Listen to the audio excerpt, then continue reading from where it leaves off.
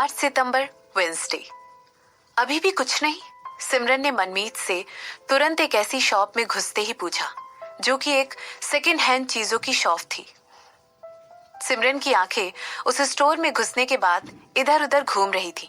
वो हर चीज की तरफ ध्यान से देख रही थी और उसे जरा भी सरप्राइज नहीं हो रहा था कि वो एक टिपिकल रन डाउन शॉप की तरह लग रही थी।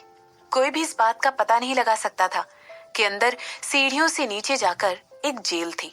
मनमीत ने अपना सिर हिलाया और शशांक की तरफ देखने लगा, जो कि अपनी हमेशा की यूजुअल पोजीशन में था, जो कि सिमरन के बिल्कुल बगल में थी। इस साइड से मनमीत ने तुरंत पीछे मुड़कर उन दोनों को लीड करते हुए कहा। हाथों में हाथ लिए सिमरन और शशांक दोनों ने ही मनमीत के पीछे पीछे चलने का फैसला किया और अपने मुंह से एक शब्द भी नहीं निकाला। उस शॉप का इंटीरियर बहुत ही ऑथेंटिक था, उससे भी ज्यादा जितना कि सिमरन एक्सपेक्ट किया था। सिमरन को वहां पर बहुत सारे बॉक्सेस और ऐसे मिरर दिखाई दे रहे थे जिन पर शेल लगे हुए थे।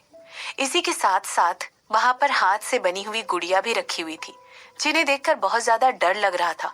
सिमरन तुरंत वहां पर सोचने लगी कि क्या ये सब अजीब आइटम सेल के लिए रखे गए थे या फिर जानबूझकर इन्हें लोगों को डराने के लिए रखा गया था, ताकि कस्टमर वहां पर आते के साथ ही तुरंत निकल जाए। यहाँ तक कि वहां पर बहुत सारी बड़ी बड़ी बुक्स भी रखी हुई थी, जिन्हें कॉर्नर में एक के ऊपर एक स्टॉक करके रखा हुआ था और उन सब के ऊपर एक मिनिएचर पर क्यों पानी भी रखी हुई थी। मनमीत बिल्कुल वाओ।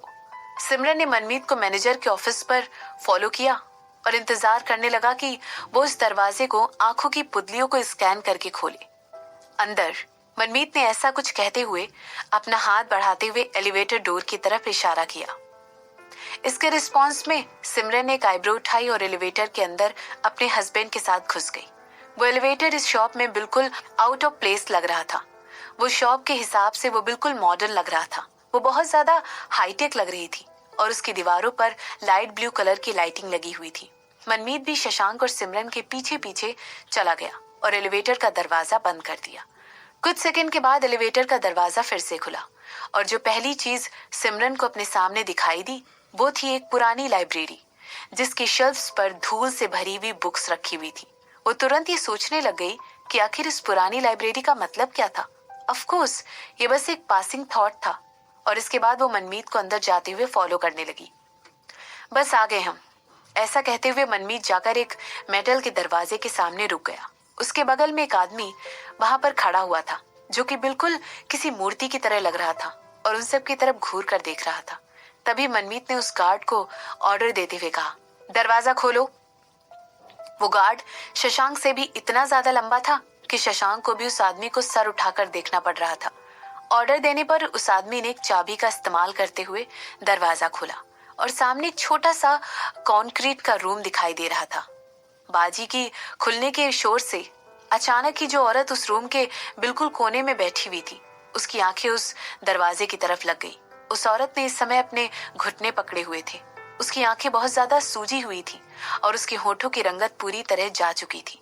एक बार उसके बाल बड़े ही काले और खूबसूरत हुआ करते थे, लेकिन आज उनकी हालत बहुत ही बदहाल नजर आ रही थी। मैं बात नहीं कर रही हूँ, वो औरत, जो कि जाहिर सी बात थी कि जानकी थी, उसने अपनी खराश वाली आवाज में कहा। उसके पास इतनी भी एनर्जी नहीं बची थी कि वो अपनी आंखों को छोटा करके उस रूम के बाहर के लोगों को देख सके। छोड़ दो मुझे, ऐसा कहते हुए उसने डिमांड की और अपना सर जमीन की तरफ झुका लिया। उसकी एक सिंपल मूवमेंट ने एक छोटा सा क्लैकिंग साउंड किया और उसके उन चेन्स की आवाज थी जो उसके हाथों और पैरों में बंधी हुई थी। क्या तुम इस बात को लेकर पूरी तरह यकीन रखते हो? मनमीत की आवाज ने तुरंत जानकी को अपना सर उठाने पर मजबूर कर दिया था। वो अपने सामने खड़ी हुई उस औरत को देखने लगी, जो उसके कुछ फीट की दूरी पर खड़ी हुई थी। उस औरत ने एक बीच कलर का नी लेंथ कोट पहना हुआ था, जैसे कि एक्सपेक्टेड था। सिमरन को दोबारा देखकर जानकी बुरी तरह कांपने लगी। हालांकि जानकी ने ये बाहरी तौर पर अपने चेहरे पर दिखाई नहीं देने दिया। इस समय उसे सिर्फ और सिर्फ ये चाहिए था कि सिमरन जैसी कमीनी औरत उसके और ज्यादा पास आ जाए, इतनी ज्यादा पास कि वो अपने हाथों में बंधी हुई चेन से उसे बुरी तरह जकड़कर मार डाले। हालांकि उनका ये ख्याल ज्यादा देर तक नहीं टिका, खासकर तब जब उन्होंने नोटिस किया कि एक दूसरा इंसान भी सिमरन के साथ साथ उस रूम के अंदर घुसा है, शशांक वर्मा। जैसा कि एक्सपेक्टेड था, वो दोनों ही उसके किडनैप किए जाने के लिए रिस्पॉन्सिबल थे। इसके बाद वो शशांक को बहुत ही शांति के साथ एक कुर्सी लाते हुए देखने लगी, जो कि उसने सिमरन के पीछे लाकर रख दी थी। इसके रिस्पॉन्स में सिमरन ने बहुत ही अर्जेंटली एक सीट ले ली और उसके चेहरे पर एक छोटी सी स्माइल थी। शशांक और उसके फ्रेंड ने 10 से भी ज्यादा तरीके बताए थे जिससे तुम्हें टॉर्चर किया जा सकता है। सिमरन ने ऐसा कहते हुए अपना ध्यान फिर से जानकी की तरफ किया। इस बात को सुनकर जानकी के मुंह में जो भी सलाइवा था उसने उसे सटक लिया, जैसा कि उससे एक्सपेक्टेड था कि वो लोग उसे टॉर्चर करेंगे या फिर हो सकता है उसकी 1 या 2 उंगलियां भी काट दे। इसके बाद सिमरन ने अपनी बात को कंटिन्यू करते हुए कहा, मगर ये तो कुछ ज्यादा ही खून खराबे वाली बात हो जाएगी और मुझे खून देखने से सख्त नफरत है। मुझे लगता है कि तुम ठीक से खा पी रही हो, है ना? सिमरन के शब्दों को सुनकर जानकी धीरे धीरे हंसने लगी थी। हालांकि उसकी इस हंसी की वजह से सिमरन की स्माइल पर कोई असर नहीं पड़ा। रुक्मणी ऑलरेडी सफर कर रही है, जैसा कि एक्सपेक्टेड था। इन शब्दों को सुनकर जानकी ने तुरंत सिमरन की तरफ देखा और सिमरन को कहते हुए सुनने लगी, तुम्हारे हस्बैंड और बेटी दोनों को ही उनकी कंपनी से धक्के मारकर निकाल दिया। कल इन्वेस्टर एक नए सीईओ को इलेक्ट करेंगे। अगर तुम्हें लगता है कि तुम रुक्मणी को मेरे खिलाफ इस्तेमाल कर सकती तो तुम बहुत बड़ी गलती कर रही हो, शैतानी औरत। जानकी ने अपनी आवाज ऊंची करते हुए कहा। शांत हो जाओ, सिमरन ने अपना हाथ उठाते हुए। जाहिर सी बात है इस समय सिमरन की आवाज बहुत ही धीमी थी और वो अपने बगल में खड़े हुए आदमी की तरफ देख रही थी।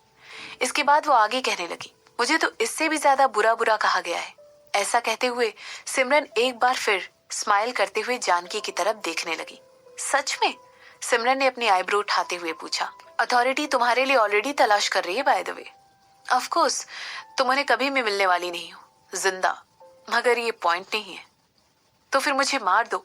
तुम किस बात का इंतजार कर रही हो? मार दो मुझे, जानकी ने एक बार फिर से चिल्लाते हुए कहा। अगर सिमरन को मारना ही होता तो उसे मार देती और बातें नहीं करती। मुझे ऐसा करना बहुत अच्छा लगेगा, खासकर तब जबकि मुझे ये पता है कि तुमने मेरी माँ और अजन्मे बच्चे के साथ क्या किया है। तुम तो सबसे ज्यादा दर्द भरी औरत डिजर्व करती हो। ऐसा कहते हुए सिमरन ने तुरंत काउंटर अटैक किया। सिमरन की आंखें इस समय हंसी के मारे छोटी हो गई थी, लेकिन उसकी आवाज की टोन में जो दहशत भरी हुई थी वो बहुत ज्यादा ऑब्वियस थी। इस वजह से जानकी अंदर ही अंदर थर थर कांप रही थी। हालांकि मैं तुम्हें जानती हूँ और ये भी जानती हूँ कि तुम्हारी बहन ने, तुमने और हेमंत की माँ, तुम सभी को किसी न किसी ने यूज किया है।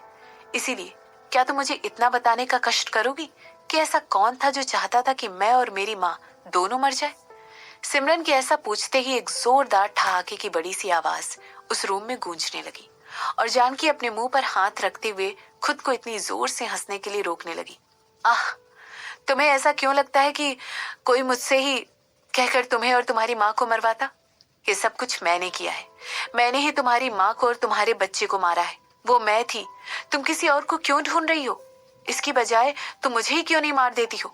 या फिर तुम अपनी माँ के बारे में जरा भी फिक्र नहीं करती हो? या फिर अपने अजन्मे बच्चे के लिए?